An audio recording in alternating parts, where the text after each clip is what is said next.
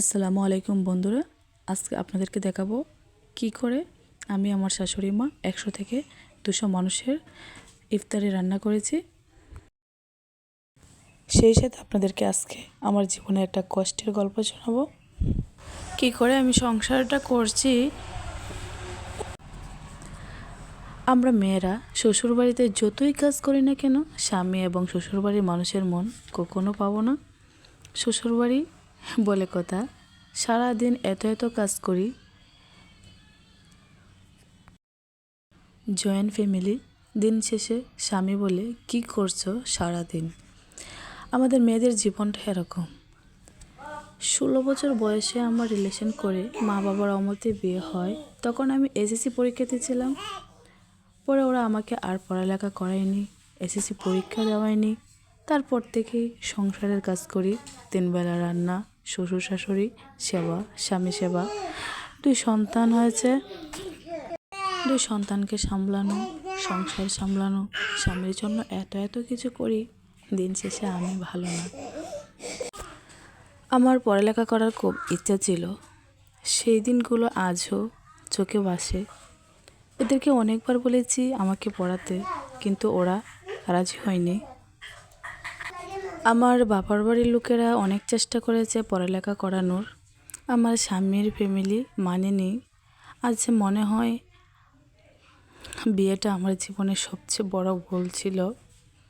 আজ আমাকে এই বিয়েটার জন্য এত মাসুল দিতে হচ্ছে।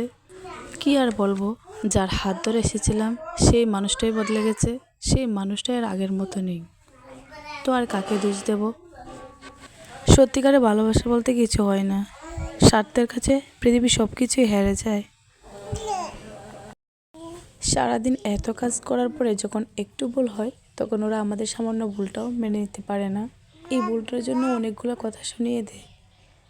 আমরা মেয়েরা বউ হয়ে আসা, এটাই জীবনের সবচেয়ে বড় ভুল। আপনারা যারা আমার ভিডিওটা দেখছেন, আপনাদেরকে শুধু একটা কথাই বলবো, কখনো মা বাবার মনে কষ্ট দিয়ে মা বাবার অমতে বিয়ে করবেন না। কারণ আমাদের জীবনে যেটা কোনটা ভালো, কোনটা মন্দ, কোনটা ঠিক, কোনটা ভুল, সেটা আমাদের মা বাবাই ঠিক করে দিতে পারেন। হাজারটা মেয়ের মতন আমারও একটা স্বপ্ন ছিল, আমার একটা ফ্যামিলি হবে, একটা ছোটো একটা পরিবার হবে, সুন্দর একটা পরিবার যেখানে আমরা হ্যাপি হাসি খুশি থাকবো। কিন্তু সেটা আমার ভাগ্যে নেই। ধন্যবাদ বন্ধুরা এতক্ষণ সাথে থাকার জন্যে। আমরা এখন দেখব কিভাবে আমরা রান্নাটা করছি। তো দেখুন,